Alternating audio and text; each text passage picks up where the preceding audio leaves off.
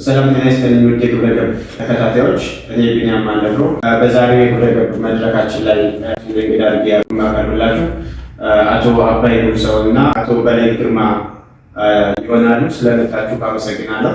እንግዲህ የዛሬው ርዕሳችን የሚሆነው ቅናትና የበታችነት ስሜት የሚሰው ልጅ ሊጎዳ የሚችል በሽታ ነው። እንግዲህ ይህም በሽታ እናንተም ሀሳባችሁን እንድታጋሩን እዚህ በመገኘታችሁ እጅግ አድርጌ አመሰግናለሁ። ቅናትና የበታችነት ስሜት ላይ ሀሳብ በላይ። እሺ፣ አመሰግናለሁ። እንግዲህ በቅድሚያ ግብረገብ መድረክ ላይ እንግዳ አድርጋችሁ ስለጋበዛችሁኝ ሁሉም ሰዎች ያለን ሀሳብ በማካፈል ከኛ ከሀሳባችን ለህይወታችን የሚጠቅመውን ነገር መርጠው እንዲወስዱ እንግዲህ የራሳችን ሀሳብ እናቀርባለን። እንግዲህ በድጋሚ ስለጋበዛችሁኝ አመሰግናለሁ። እንግዲህ በቅድሚያ ቅናትን ከግብረገብ አኳያ ማየት እንችላለን። ያው ግብረገብ እንግዲህ ባለፈው በቻናላችሁም አንዳንድ ነጥቦችን አንስታችኋል። ግብረገብ ማለት እንግዲህ የመልካም ተግባር ባህሪ፣ የሀሳብና የድርጊት ወይም የተግባር ድምር ውጤት ናቸው። እንግዲህ ከዛ አኳያ ወይም ከግብረገብ አኳያ እንግዲህ ቅናት የሚለውን ማየት እንችላለን። እንግዲህ የተለያዩ መረጃዎች እንደሚጠቁሙት ሰዎች የቱንም ያህል ሀብት ቢያፈሩ ወይም ሀብት ቢኖራቸው፣ ምንም አይነት ጥሩ ባህሪ ቢኖራቸው፣ የትኛውንም ያህል ስኬታማ ቢሆኑ የተለያዩ ጉዳዮች ላይ የቅናት ስሜት አይቀርም ይላሉ መረጃዎች። እንግዲህ ምን ለማለት ነው? ቅናት የሚያስተናግዱት ሰዎች ከሰው ሰው ሁኔታ ወይም መጠን ይለያይ እንጂ የሰው ልጅ ከውልደት እስከ ሞት የቅናት መንፈስ አይለየውም የሚሉ ውሳኔዎች አሉ። ከዚያ አኳያ እንግዲህ ቅናትን በሁለት አይነት መንገድ ነው ከፍለን እንግዲህ ምንድን ነው ይቅርታ፣ ቅናት ምንጩ ምንድን ነው ብለህ ታምናለህ? እንግዲህ ወደ ምንጩ ከመሄዳችን በፊት ግን እዚች ጋር ትንሽ መጠቆም የምፈልገው ነገር ምንድን ነው፣ ቅናት የሚለውን እሳቤ ስንወስደው ቀጥታ ከአሉታዊ ተግባር ወይም ደግሞ ከአሉታዊ ነገር ጋር ብቻ መውሰድ የለብንም። ቅናት የሚለውን በሁለት አይነት መንገድ ስንከፍለው መልካም ወይም ደግሞ ጥሩ ቅናት የምንለው አለ። ሁለተኛው ደግሞ መጥፎ ወይም ደግሞ ሰዎችን ሊጎዳ የሚችል ቅናት ብለን ለሁለት መክፈል እንችላለን። ይህ ማለት እንግዲህ መልካም ወይም ጥሩ የመንፈሳዊ ቅናት የምንለው አለ። ሰዎች የሆነ ነገር ወይም የሆነ ተግባራትን ከነሱ ጥሩ ነገርን መልካም ነገርን መማር ለህይወታችን ለስኬታችን የሚጠቅሙ ነገሮችን ከሰዎች መውሰድ መልካም ቅናት እንለዋለን፣ ወይም መንፈሳዊ ቅናት የምንለው ነው። መጥፎ ቅናት የምንለው ደግሞ በተለይ እንግዲህ አሁን ልናተኩርበት የተነሳ ነው ርዕስ ነው። ሰዎችን ሊጎዳ በሚችል መልኩ ለሰዎች ጥሩ ባለመመኘት ሰዎችን ሊጎዳ የሚችል ተግባር ወይም ደግሞ የቅናት መንገድ ነው ማለት ነው። ስለዚህ ሳጠቃልለው እንግዲህ በዚች ጉዳይ ላይ ቅናት ክፉ ምኞት ወይም መመኘት ማለት ነው በማለት ይገለጻል። ይሄ ማለት በሌላው መቅናት፣ በሌላው መመኘት፣ በሌላው ማግኘት፣ በሌላው ስኬት መጥፎ እሳቤ ወይም ደግሞ አሉታዊ አመለካከት ማሳደር በሚለው እሳቤ ማስቀመጥ ይችላል ማለት ነው ቅናት የሚለው። ጥሩ እንግዲህ እናመሰግናለን። አመሰግናለሁ በድጋሚ። ያው እንኳን ለሁለተኛ ጊዜ ነው እዚህ ፕሮግራም ላይ የተቀረበው። የተነሱት ርዕሶች በጣም ሰፊ ናቸው። በጣም ብዙ የሚያነጋግሩ ጉዳዮች ነው የተነሱት። ግን ያው ካለው ጊዜ አንጻር ዋና ዋና ነገሮችን እኔም ለአቶ በላይ ለማብራራት እሞክራለሁ። እንግዲህ እርሳችን እንደተነሳው ቅናትና የበታችነት ስሜት የሚሉ ነገሮች ናቸው ለውይይት የተመረጡት። በጣም ሳቢ ናቸው። ብዙ ነገሮችን ልናወራ እንችላለን። በዚህ መሰረት ቅናት ምንድን ነው የሚለውን ቅድምም በላይ እንደገለጸው ቅናት እንግዲህ በብዙ አይነት መንገድ ሊገለጽ ይችላል። በብዙ አይነት መንገድ ስንገልጸው ሁለት አይነት ቅናቶች አሉ። መልካም ቅናትና መጥፎ ቅናት የሚባለው። አሁን መልካም ቅናት የምንላቸው ከሰዎች መልካም ፍላጎት የሚነሱ ነገሮች ናቸው።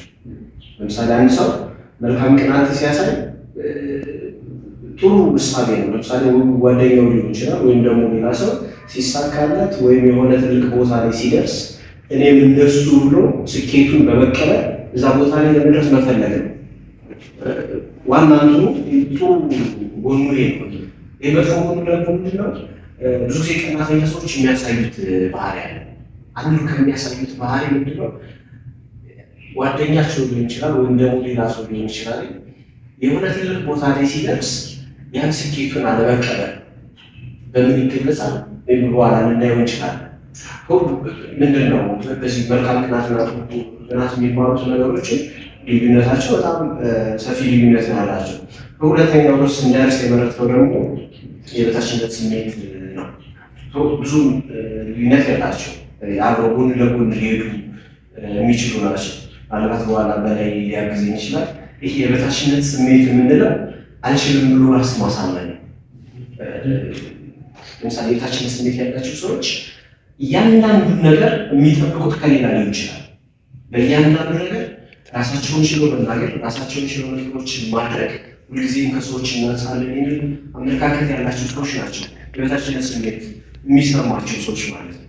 ስለዚህ ቅናት ለምሳሌ የሚያመጣው እንትኖች አሉ። አሁን ሰፋ ድረስ ስናየው ለምሳሌ ቅናት ሰው ምን አይነት የሚቀና ሰው ራሱ ምን አይነት ችግሮችን ሊገጥመው ይችላል?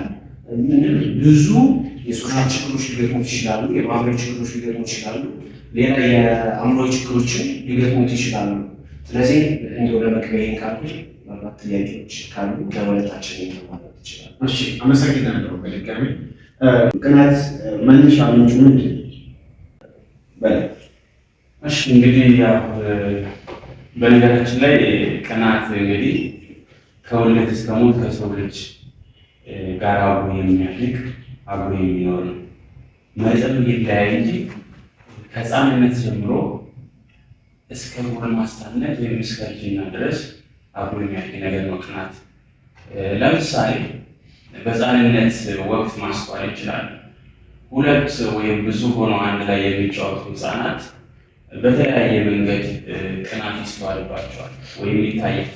ለምሳሌ ሰብሰብ ብሎ የሚጫወቱ ልጆች አንዱ ጓደኛ አንዱ አድርጎ ወደ ሌላው ቀረቤታ ጠበቅ ሲል፣ ሌላኛው ጓደኛ ደግሞ የቅናት መንፈስ ያድርበታል። እንዴት ከኔ እሱን ጓደኛ አድርጎ ማለት የሚል ነገር ይኖራል። አሁን ይሄን ለምንድን ያነሳው? ቅናቱ እንግዲህ ከታች ወይም ከሕፃንነት አንስቶ እስከ ላይኛው እርከን ወይም እስከ እርጅና ድረስ አብሮ የሚዘልቅ ማለት በጥቅሉ እንግዲህ ከውልደት እስከ ሞት አብሮ የሚዘልቅ ነገር ነው። እንግዲህ ቅናት ብዙ ምክንያቶች አሉት። ከእነዚህ ምክንያቶች እንግዲህ አጠር አድርገን ማንሳት እንችላለን። የመጀመሪያው የመበለጥና የዝቅተኝነት ስሜት መሰማት። ለምሳሌ ጓደኛሞች አብረው አድገው አብረው ክፉ ደጉን አሳልፈው በኋላ ህይወትን ወደ መምራት ደረጃ ሲደርሱ አንደኛው ጓደኛው ተግቶ ሲሰራ ጠንክሮ ሲሰራ ከሌላኛው ሊልቅ ወይም ከፍ ሊል ይችላል። ይሄ ጓደኛ በብርታት ወይም በጥንካሬው ነው ጥሩ ደረጃ ላይ የደረሰው ነው። ሌላኛው ጓደኛው በዚህኛው ጓደኛ መበለጡ ይሄ ጓደኛው ከሱ ከፍ ያለ ውጤት በማምጣቱ የቅናት ስሜት ይሰማዋል። እንዲሁም ደግሞ የዝቅተኝነት ስሜት ብለን አስቀምጠናል። ይሄ ማለት ለምሳሌ እኔ ከእሱ አንሳለሁ ማለት ነው። እንዴት እሱ ከኔ በላይ ጥሩ ስኬት አመጣ? የዚህ ስኬቱ ነገርስ ምንድን ነው? እንዴት ከኔ በልጣል የሚል አመለካከት ይኖራል። ይሄ እንግዲህ ምንድን ነው? መበለጥና የዝቅተኝነት ስሜት መሰማት ለቅናት አንዱ በረከታቸው ምክንያት ነው። ሌላኛው ነጥብ ደግሞ መስጋት፣ ጥርጣሬና የተሳሳተ ግምት ለቅናት ምክንያት ይሆናል። መስጋት ስንል አሁን ከገለጹት ሀሳብ ጋር ይገናኛል። ጓደኛዬ የተሻለ ነገር አገኘ፣ ጥሩ ውጤት አገኘ፣ ስኬት ላይ ደረሰ፣ ህይወቱ የተሻለ ሆነ። ስለዚህ ነገር እኔም ዞር ብሎ ላያይ ነው፣ ሊተወኝ ነው፣ ልንለያይ ነው። ስለዚህ እሱ መልካም ነገር ስላገኘ እኔም ትቶኝ የሚል ስጋት ሊገጥመው ይችላል። ጥርጣሬ፣ በቃ ልንለያይ ነው፣ የተሻለ ነገር አመጣ እሱ የሚል እሳቤ ይኖራል። ይሄ ለቅናት አንዱ ምክንያት ነው። የተሳሳተ ግምት ስንል ለምሳሌ የሆነ ጉዳይ ላይ ያ ሰው እንዲህ አድርጎ ይሁን ስኬት ላይ ደረሰው፣ እንደዚህ አይነት ተግባር ሰርቶ ይሁን፣ ከኔ ተደብቆ የተለያዩ ስራዎችን ሰርቶ ይሁን የሚል አመለካከት ይኖራል። እነዚህ ደግሞ ምን ይሆናሉ? ለቅናት በር ከፋቾች ናቸው። ሌላው ነጥብ ደግሞ ወይም ሶስተኛ ላይ በምክንያትነት ማነሳው ነጥብ ለእኔ ብቻ ወይም የኔነት ስሜት። ይህ ማለት ነው አንድ ጥቅም ላይ እኔ ብቻ ልጠቅ፣ ሰዎች አያገኙም፣ ለእኔ ብቻ የሚለው አመለካከት ሰዎችን ለቅናት ምክንያት ከሚሆንባቸው ነገሮች ነው። ሌላው ወይም በአራተኛ ላይ የማነሳው ነጥብ ምንድን ነው? በተሳሳተ መልኩ ራስን ከሰዎች ጋር ማነጻጸር። ምን ማለት ነው? ንጽጽር ቅድም ላይ እንዳልኩት ቀናይነት ባለው መልኩ ወይም በመልካም ቅናት ሲሆን ንጽጽር ክፋት የለውም። ለምሳሌ አንድ ተማሪ ጥሩ ውጤት ሲያመጣ ለምሳሌ 98 ወይም 99 ከመቶ ያመጣ አንድ የስራ ካምፓኒ ላይ የሚሰራ አንድ ስራ አስኪያጅ ከፍተኛ ስኬት አምጥቶ በሰራተኞች ተቀባይነት ቢያገኝ ቀጥሎ ያሉት ወይም ከስር ያሉት ሌሎች ባለሙያዎች ደግሞ እንደሱ ተግቼ ለፍቼ ጥሩ ውጤት አምጥቼ በሰው ዘንድ ተቀባይነት አገኛለሁ ብሎ ራስን ከዛኛው ጋር ማነጻጸር ወይም ማወዳደር መልካም ቅናት ወይም መንፈሳዊ ቅናት የምንለው ነው። በተቃራኒው ግን በተሳሳተ መልኩ ራስን ከሰዎች ጋር ማነጻጸር ለቅናት ምክንያት ይሆናል። ለምሳሌ ምንም ሳይሰራ ምንም ሳይተጋ ወይም ጠንክሮ ሳይሰራ እንዴት እሱ ከእኔ የበለጠ እኔም እሱን መግለጽ አለብኝ ብሎ ባልሆነ መልኩ ንጽጽር ውስጥ ሲገባ ለቅናት ተረፋቸው ነው። ያ ደግሞ ሌላ ስጋዊ ቅናት ተንኮል ያዘለበት ሰውን ሊጎዳ የሚችል ቅናት ነው። በመጨረሻ ላይ በምክንያትነት ማነሳው በሰው ተቀድሜያለሁ ብሎ ማሰብ ነው። ተቀድሜያለሁ ብሎ ማሰብ ነው ማለት እንግዲህ ራሱን የሚጠብቅበት መንገድ ይኖራል። በተለያየ መንገድ ደግሞ ህይወት አልሳካልና ባለንበት ቦታ ልቆ ወይም ያሰብነው ነገር ላይሳካልን ይችላል። ጓደኛ በሌላ መንገድ ደግሞ ጥሩ ስኬት ወይም ውጤት ላይ ሲደርስ እንዴት በለጠኝ፣ እንዴት በሱ ተበለጥኩ የሚል አመለካከት ሊኖር ይችላል። ይሄ ደግሞ ለቅናት ሌላው አረፋቸው ማለት ነው። እንግዲህ አቶ አባይ ደግሞ በጣም ጥሩ ሀሳብ ነው። አመሰግናለሁ። ያለኝ ብዙ ብሎታል፣ ግን እሱ ካለው የምስማማበት ለምሳሌ ምንድነው ይሄ ንጽጽር አለ። አሁን ብዙ ጊዜ ቀናተኛ ሰዎች ትኩረታቸው ንጽጽር ላይ ነው የሚሆነው። ለምሳሌ አንድ ሰው ለምሳሌ አባይ ላይ እኔ ጋር አንድ ሰው መነጻጸር ወይም ደግሞ ለውድድር ቢቀር አባይ መሆን አይችልም፣ ወይም ደግሞ እኔ ያን ሰው መሆን አልችልም። ዋናው ትልቁ በጣም ደካማ ጎናችን ምንድነው? ንጽጽር ውስጥ ይገባል። ንጽጽር ውስጥ በመግባት ደግሞ የሚያመጣውን ውጤት አያይም። ለምሳሌ አንድ ሰው የማትችለውን ነገር ለምሳሌ ቅድም በደንብ ብሎታል። ለምሳሌ ከትምህርት ቤት እንኳን ውስጥ ተማሪዎች ፉክክር ውስጥ ይገባሉ። ለምሳሌ ሁለት ጓደኛሞች አብሮ የሚማሩ አብሮ አንድ ቤት ውስጥ የሚቀመጡ ተማሪዎች አንደኛዋ ጓደኛዋ ከፍተኛ ውጤት ብታመጣ እንዴት አመጣች ብላ ሌላ ውስጥ የምትገባ ከሆነ ራሷን ምችል ሊሆን እኮ ትሰራለች። ግን ካልቻለች ምንድነው ንጽጽር ውስጥ እንዴት አመጣች የሚለው ብትገልጸው ማለት መንፈሳዊ ቅናትም አለ። እንዴት አመጣች? ለምሳሌ አሁን አሉታዊ ቅናት አለች። አሁን ምንድነው ለምሳሌ የበለጠቻት ልጅ ምን ብላ ታስብ ትችላለች? ለምሳሌ ከፍተኛ ውጤት ስታመጣ እንዴት ነው ከፍተኛ ውጤት ያመጣችው? በምን መንገድ ነው? እኔ እንዳንቺ እንዳመጣ ምን ማድረግ አለብኝ ብሎ መጠየቅ፣ ይሄ ፖዘቲቭ የሆነ ቅናት ነው። መግቢያችን እንዳለው ማለት ነው። ግን እንዴት አመጣች ነው? ለምሳሌ አንድ ሰው የሆነ ውድድር ቦታ ሄደ ለመወዳደር ሄደ ብታልፍ አሁን ሌላው ሰውዬ ምን ሊያስብ ይችላል? አይ ፈተናው በጣም ቀላል ነው የድል ጉዳይ ነው እንጂ እኮ ምናምን ብሎ ውጤትን በጣም ሊያሳንስብህ ይችላል። አሁን ከእናተኛ ሰዎች የሚያሳዩት ባህሪ ቅድም እንዳልከው አንደኛ የአንተ ስኬት፣ ደስታ፣ እያንዳንዱ ለአንተ መልካም የሆኑ ነገር አስደስታቸው። ለምሳሌ የሆነ ተሳክቶ ትልቅ ቦታ ላይ ብትደርስ እንደው አስበህ የሆነ የተሻለ ቦታ ብትደርስ እንኳን ደስ አለህ ለምሳሌ ላይሆን ይችላል።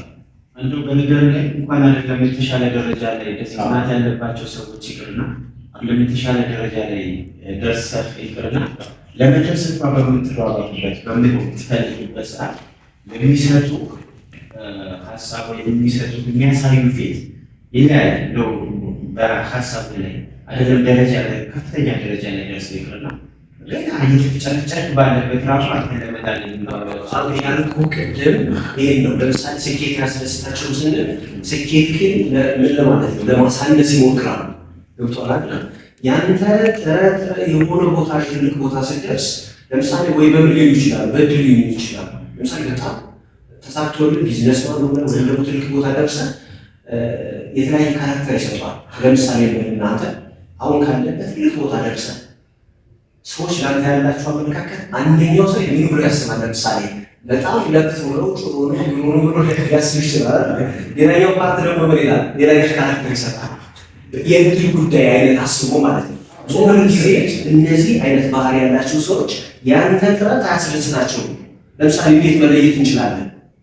አሁን ቀናተኛ ሰዎችን በቀላሉ መለየት የምችለው ምንድን ነው? የስሜት መለወጥና ከፍተኛ የሆነ ንዴት ይታይባቸዋል። ለምሳሌ የፊት መቃየር ማለት ነው። ለምሳሌ የሆነ አንተ ደስታን ስትነግራቸው ወይም ደግሞ የደረስክበትን ትልቅ ነገር ስትነግራቸው ፊታቸውን የሚታነበው ነገር አለ። በቅጽበት ነው የሚለዋወጡት። አሁን እነዚህ ሰዎች በቀላሉ መለየት ይችላል።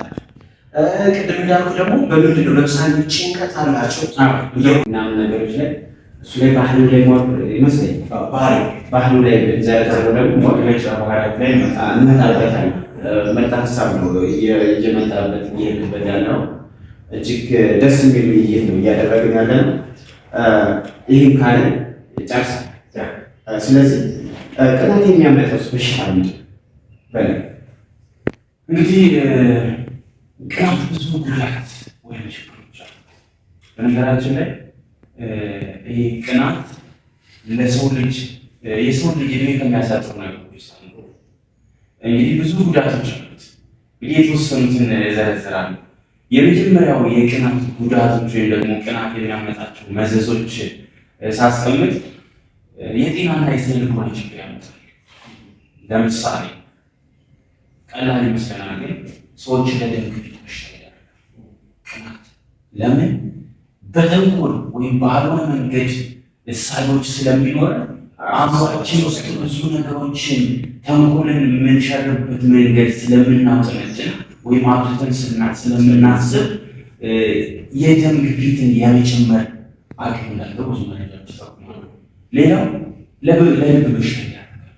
ከጤና ጋር ስናነሳ ለጭንቀት በቃ አሁን እንደገለጽኩት ያንን የቅናት መንፈስ የሚያመጣቸው ብዙ ነገሮች አሉ። ያንን ለማሰብ በቅናት መንፈስ ስኬታማ ሰዎችን ለመጣል በሚደረግ ሂደት ውስጥ ጭንቀትን ማምጣት ይመጣል። ያ ጭንቀት ደግሞ ምን ያደርጋል? ለእንቅልፍ እጦት ይዳርጋል።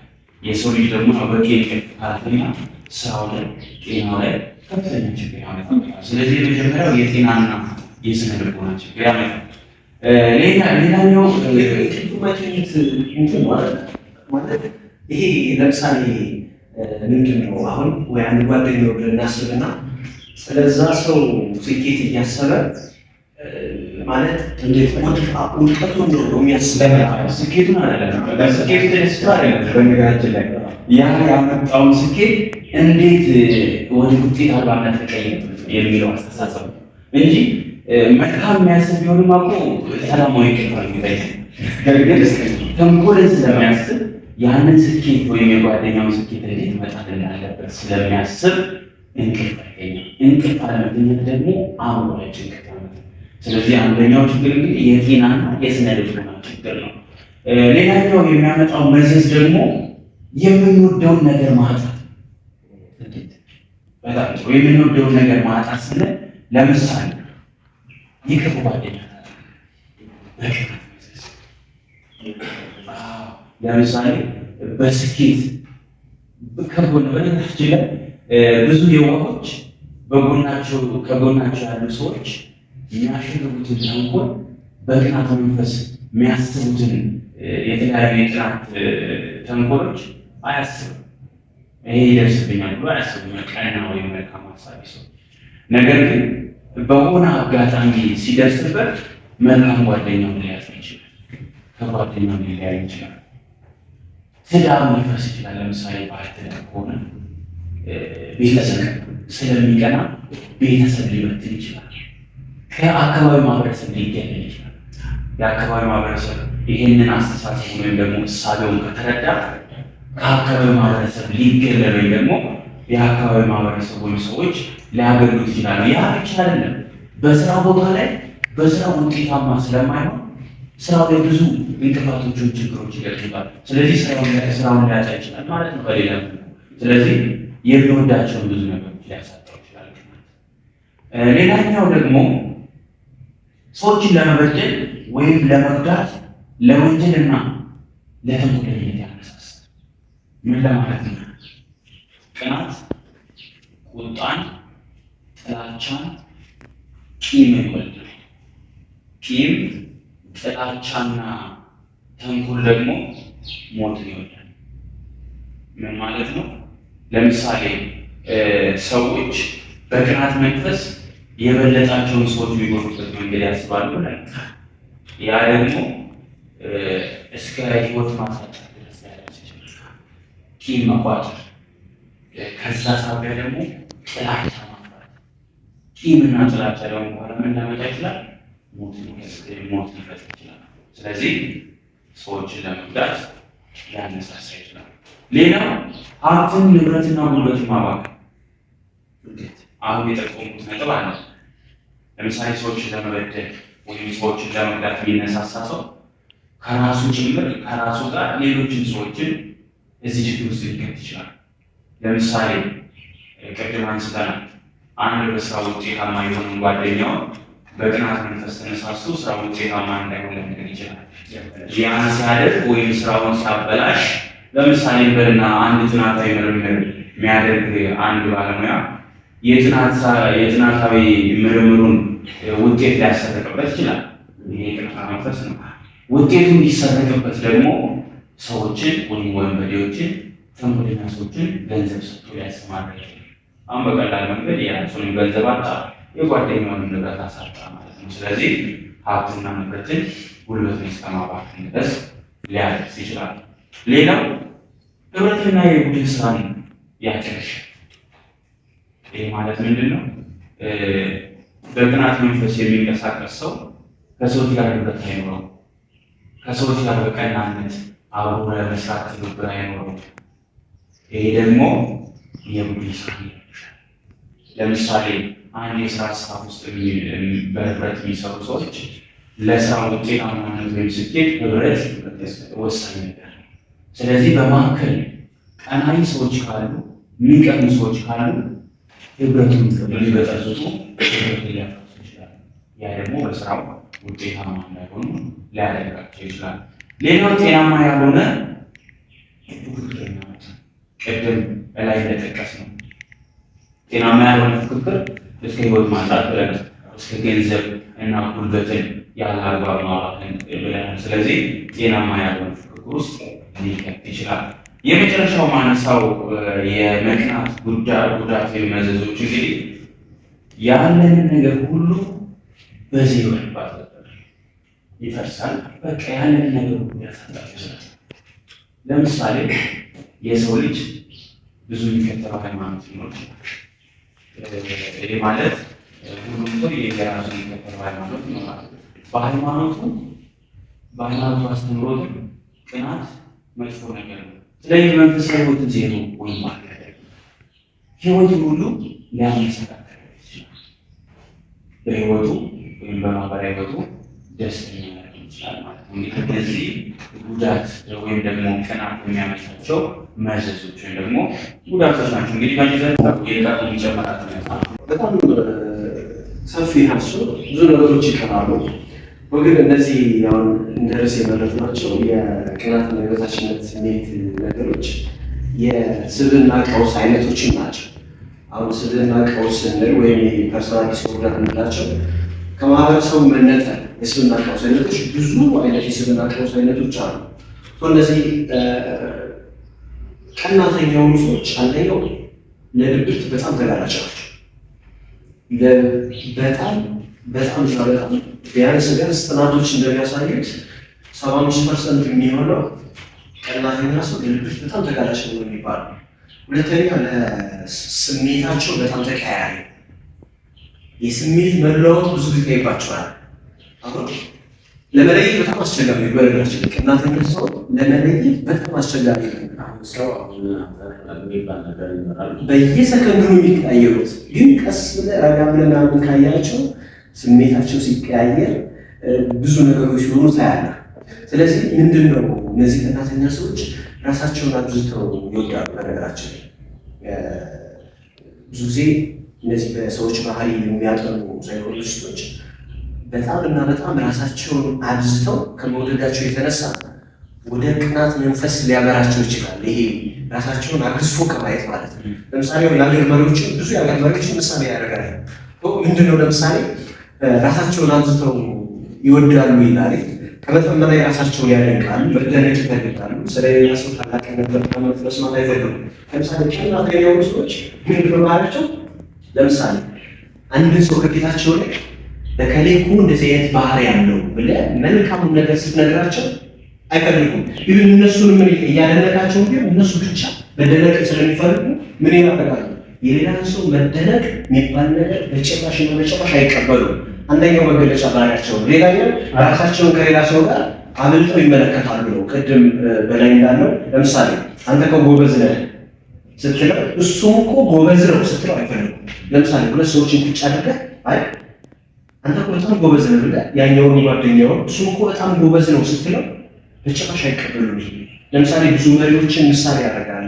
እነ ሂትለር የቀድሞ የሂትለር የጀርመን እንደዚህ በበታችነት ስሜትና በቅናት ከሚሰቃዩ መሪዎች ብሎ ይሄ ትላልቅ ጥናት የሚያካሄዱ ሰዎች ያስቀመጡት እነ ኒሮ ለምሳሌ ወደ ግሪክ ስትሄድ ለምሳሌ አሁን በቅርብ ደግሞ የአሜሪካን ፕሬዚዳንት እዛ ጥናት ውስጥ አካቶታል። ትራምፕ የሰሜን ኮሪያ መሪ እነዚህ ምንድን ናቸው? ለራሳቸው የሚያስቀምጡት ቦታ ስለሆነ ሞሮፍ ወደ ቅናት መንፈስ ይሄዱና ለምሳሌ አሁን የአሜሪካን መሪ ስታዩ ያለ አንዱ ብዙ ጊዜ ሳይኮሎጂስቶች የሚሉት ዶናልድ ትራምፕ ለሆነ ለስብዕና ቀውስ የተዳረገ ሰው ይሉታል።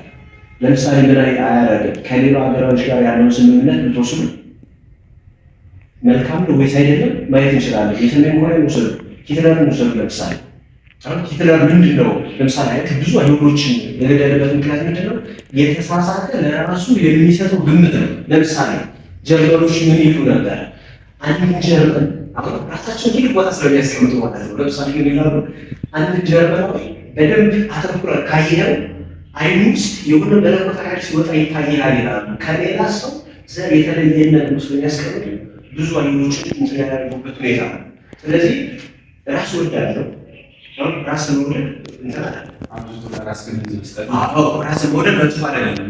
ራስ ግን እንደ ሌሎች መውደድ ሲባል ግን ምንድን ነው? መጀመሪያ ራስ ግን መውደድ መቻል አለብን። እዛ ሌሎችን ሰዎች ይወዳለን። አብዛኛው በጣም ተቀያያሪ ናቸው፣ ለድብርት ይጋለጣሉ። ይህ እንደዚህ አይነት ያለባቸው ሰዎች ያው ብዙ ጊዜ ቅድም አንስተዋል። የበታችነት ስሜት ያልከው ይሄ ናርሲሲስት የሚባል ጥናት አለና የሰው ስም ነው፣ ግሪክ ውስጥ የሚገኝ ወጣት ነው። ያ ምን ያደርጋል? አሁን ራሱን ስለሚወድ ለራሱ የሚሰጠው ግምት ሁልጊዜ የሚያስጨንቀዋል። ጭንቀትን በተመለከተ ማለት ነው። ውሃ ውስጥ ስዕሉን ያህል ለምሳሌ አሁን ውሃ የሆነ ቦታ አድርገህ ስዕል ከሳች አይደለ ፎቶን ያሳያል። ምንድነው ያወጣት ያደረገ ሁልጊዜ ውሃ ውስጥ ያየው ስዕል ምን ለማድረግ ይሞክራል? ወደ እውነተኛው የራሱ ስዕል ለማምጣት ነው የሚሰቃይ። አሁን ይሄ እዛ ጋር ያለው ሌላ ነው፣ እዚህ ጋር ያለው ሌላ ነው። ይሄ የበታችነት ስሜት ያላቸው ራሳቸውን የሆነ ቦታ ግዙፍ ቦታ ላይ ስለሚያስቀምጡ ወሮፍ ለጭንቀትና ላለመረጋጋት አይነት ያለጣሉ። ጥናቶች ብዙ ጊዜ እነዚህ ያስቀምጣል። ቀናተኛ ሰዎች እንዴት መለየት እንችላለን? የተወሰነ ለመጥቀስ ለመናገር ትክክል። አቶ አባይ በተወሰነ መልኩ በዛው ጉዳቶች ጋር ጎን ሊጠቅሳቸው ሞክረዋል። እንግዲህ ብዙ ባህሪያት አላቸው ወይም ብዙ ነጥቦች አሉ። የመጀመሪያው እንግዲህ ሙገሳ ወይም ከመጠን በላይ ሙገሳና የውሸት አድናቆት ደጋግሞ ያነሳል። ለምሳሌ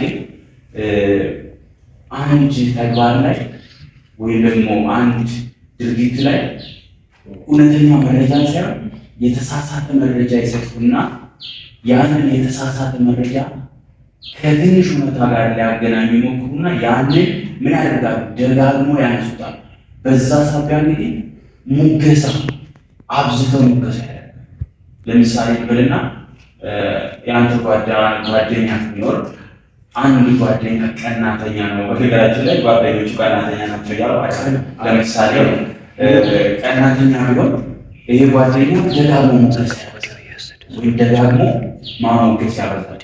ሙገሳ ሲደጋግምና ከመጠን በላይ የሆነው የሚተጋነን ሙገሳ ሲኖር የቀናተኝነት መለያ ባህሪ ነው ብሎ ያስቀምጧቸዋል። ሌላኛው እጅግ በጣም አስመሳዮች ናቸው። ይሄ ማለት የእስስትነት ባህሪ አንተ ጋር ሲደርሱ ሌላ ሰው ይመስላል፣ ሌላ ቦታ ደግሞ ሲሄዱ ሌላ ሰው ይመስላል። ለማስመሰል ውስጣቸው ሌላ ነው፣ ግን ምን ያደርጋሉ? አስመስለው የሌለውን ነገር እንዳለ ለማለት ወይም ውስጣቸው ያለውን ትተው ውጫዊ ገጽታቸውን ለማሳየት ይሞክራሉ። ስለዚህ እጅግ አብዝተው አስመሳዮች ናቸው ማለት ነው ቀናተኛ ሰዎች። ሌላው ነገሮችን ወይም ስኬቶችን አግኝተው ያዋል። ስኬት አለ፣ የተፈጸመውን ስኬት ግን አብዝተው ወይም አግኝተው ያዋል። የራሳቸው ቀናተኞች የሌላውን ሰው አለ የራሳቸውን ስኬት ወይም የራሳቸውን ስራ በጣም አግዝተው ከሌሎች የበለጠ አግኝተው ወይም ከፍ አድርገው ያወራሉ። በተቃራኒው የተሳካለት ቢሆንስ? ለምሳሌ አሁን አግዝፎ ማውራት ስኬቱ እንደ ግዝፈቱ ቢሆንስ? ትክክል፣ ስኬቱ ጥሩ ሊሆን ይችላል። አሁን ስኬት በነገራችን ላይ ውጤታማ ሰው ወይም ስኬታማ ሰው ራሱ ነው ባገኘው ስኬት መጠን ራሱን ዝቅ አድርጎ ስኬቱን ይገልጻል እንጂ እኔ ለዚህ ነኝ ብሎ ራሱን ከፍ አድርጎ ከመጠን በላይ አሳድጎ ስለ ራሱ የሚያወራ ሰው ይሄ ራሱ ምንድን ነው?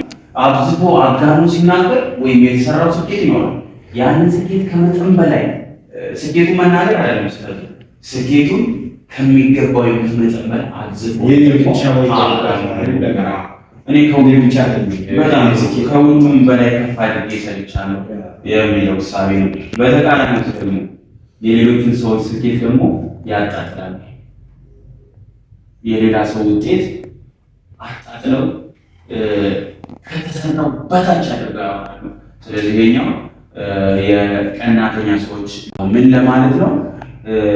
ለምሳሌ ከጓደኛ ጋር እንድትጣላ፣ ጓደኛ ላይ አደጋ እንድታደርስ፣ ስራ ላይ እክል እንዲፈጠር፣ የምትሰራው ስራ ስኬታማ እንዳይሆን በተሳሳተ መንገድ እንድትሄድ ያልታሰበ ምክር አስመስለው ነገር ግን ያልታሰበ ድንገተኛ ወይም ተንኮል ያለበት ምክር ይመክራል።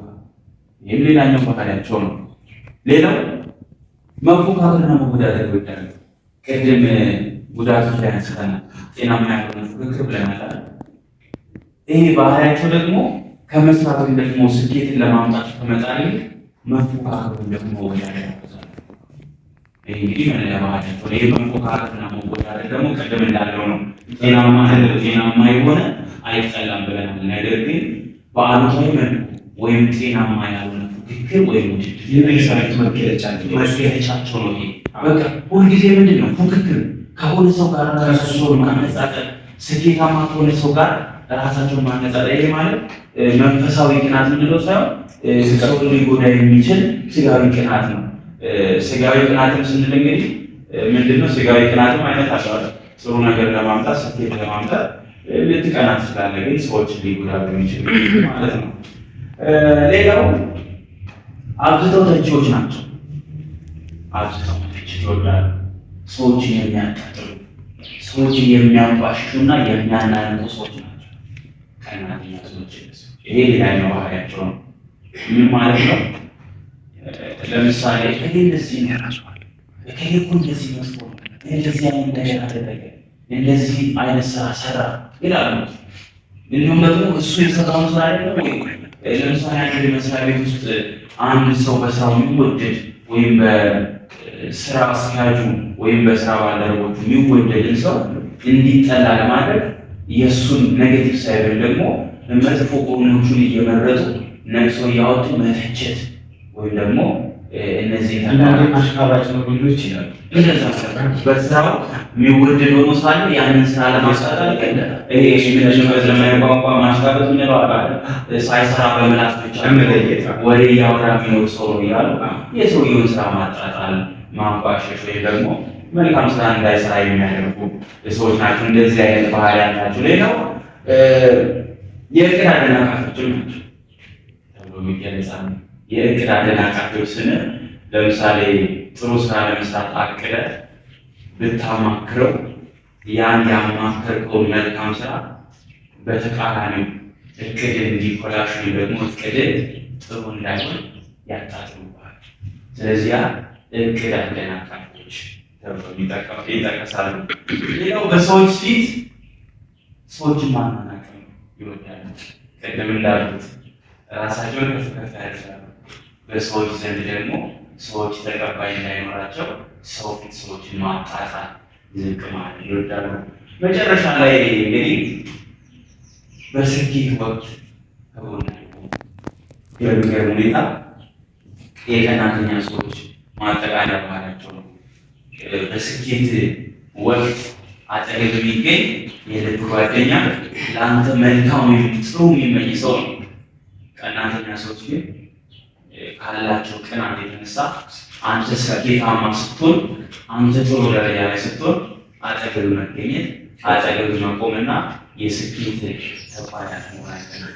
እንግዲህ በዚህ በኩል ስለ ቀናተኞች ባህሪያት እነዚህ አንስቻለሁ። ምናልባት አቶ አባይ ቅድም በተወሰነ መልኩ ነካክቶታል። እኔ ጋር በልጫቸዋለሁ። የቀረ ሀሳብ ካለ ደግሞ አቶ አባይ ጨምርበት። እሺ ጥሩ ተመልካቾቻችን፣ ይህ መረጃ ወይም መልዕክት ከወደዳችሁት ሰብስክራይብ ያላደረጋችሁ ሰብስክራይብ አድርጉ፣ ኮመንት አድርጉ፣ ሼር አድርጉ ለማለት እወዳለሁ። ዳፈኝ እሺ ብዙ ብለነዋል።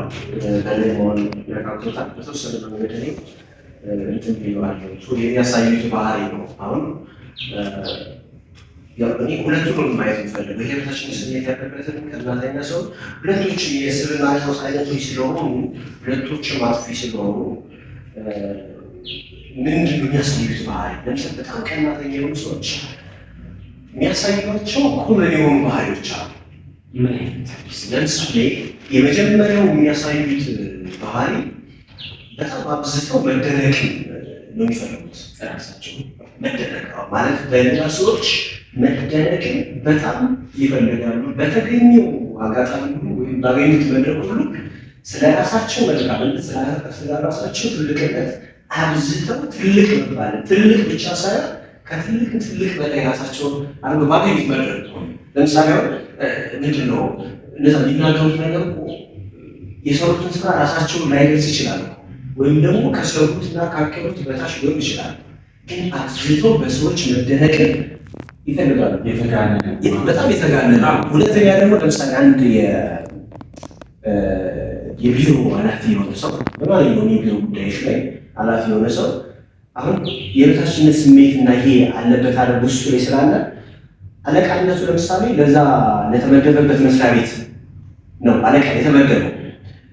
በየሄደበት በያገኘው ቦታ ላይ አለቃ መሆን ያምረዋል። ለምሳሌ አሁን የበታችነት ስሜት ወይም ደግሞ ይሄ የቅናት ነገር ያለበት ሰው መለየው ባህሪያቱ ምንድን ነው? በየሄደበት ቦታ ለምሳሌ አንተ የስራ አለቃ ብለን ብናስብ ለምሳሌ አለቃ እናንተ የሆነ ቦታ ብትሄዱ እንደዚህ አይነት ባህሪ ያለበት ሰው ከዛ ከሄዳችሁበት ቦታ አለማወቅ አለቃ መሆን ያምረዋል ማለት ነው። ወርዶ ሰዎች ለምሳሌ በጣም እንዲሰሩበት እንዲያከብሩት ይፈልጋል። ለምሳሌ አንድ የድርጅት ባለቤት እንደዚህ አይነት ስሜት ያለበት ሰው ምን ሊያደርግ ይችላል? ለምሳሌ ጥበቃው ጋር ወይም ጽዳቶች ላይ ሄዶ እነሱ ተንበርክከው የሚያከብሩት ላይ ይፈልጋል። አሁን ቦታን ማጣት በጣም የሚገርም ባህሪ ላይ ያላቸው ይሄ ማለት ከመጠን በላይ ክብር መፈለግ ነው። ከመጠን በላይ ክብር መፈለግ።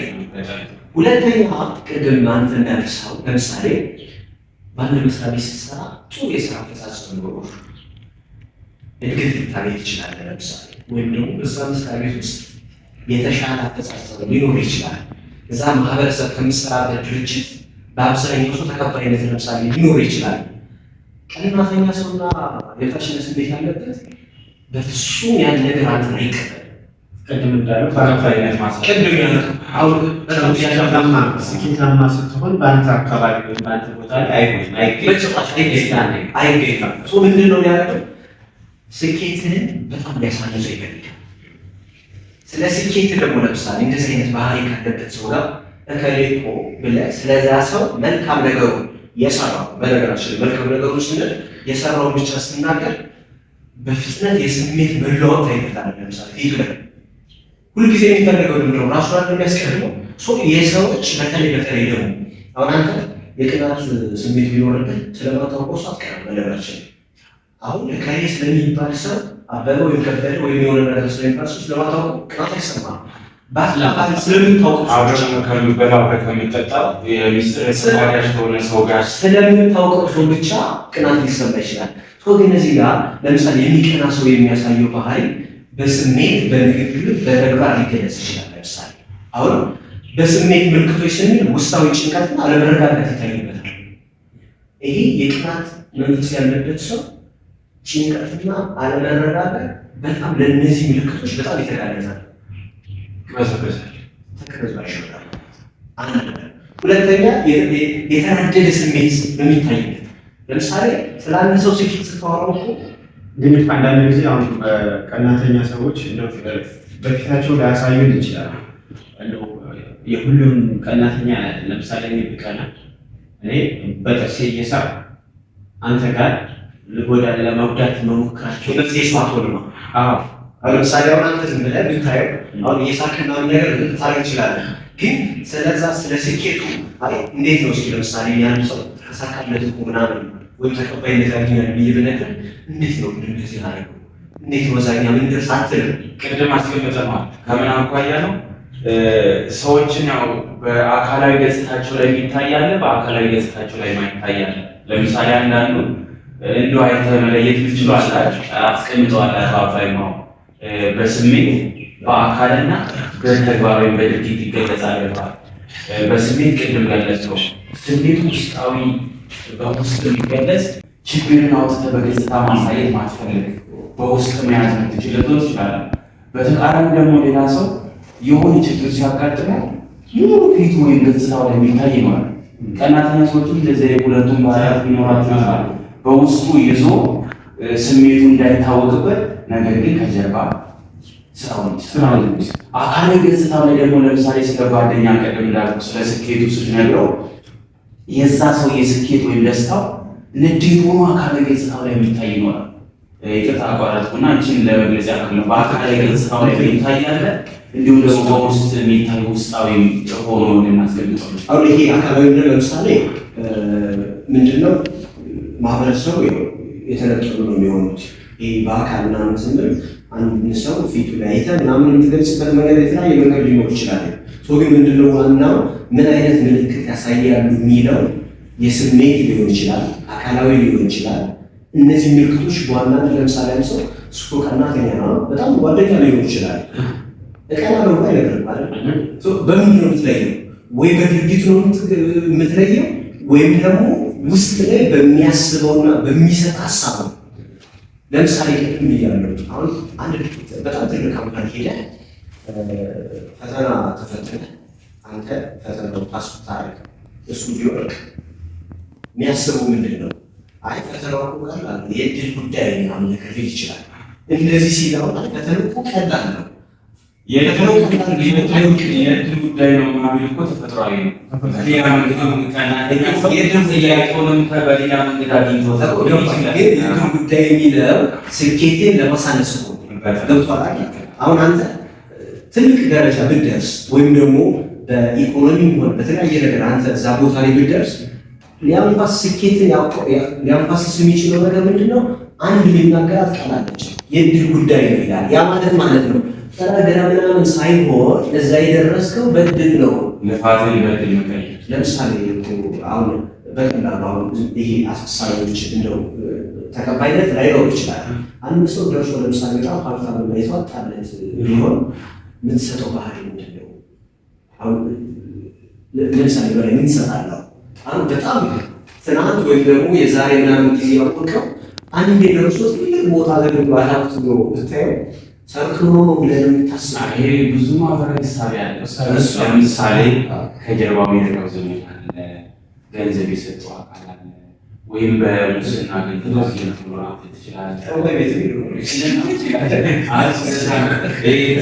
ብዙ ማህበራዊ እሳቤ ይለዋል። ስለዚህ ቅድም ያልኳችሁ ምንድነው ይሄ ስኬትን ማሳነስ የሚለውን ነገር እሱን ማንቋሰስ አይነት ነው የሚሆነው። ብዙ መገለጫዎች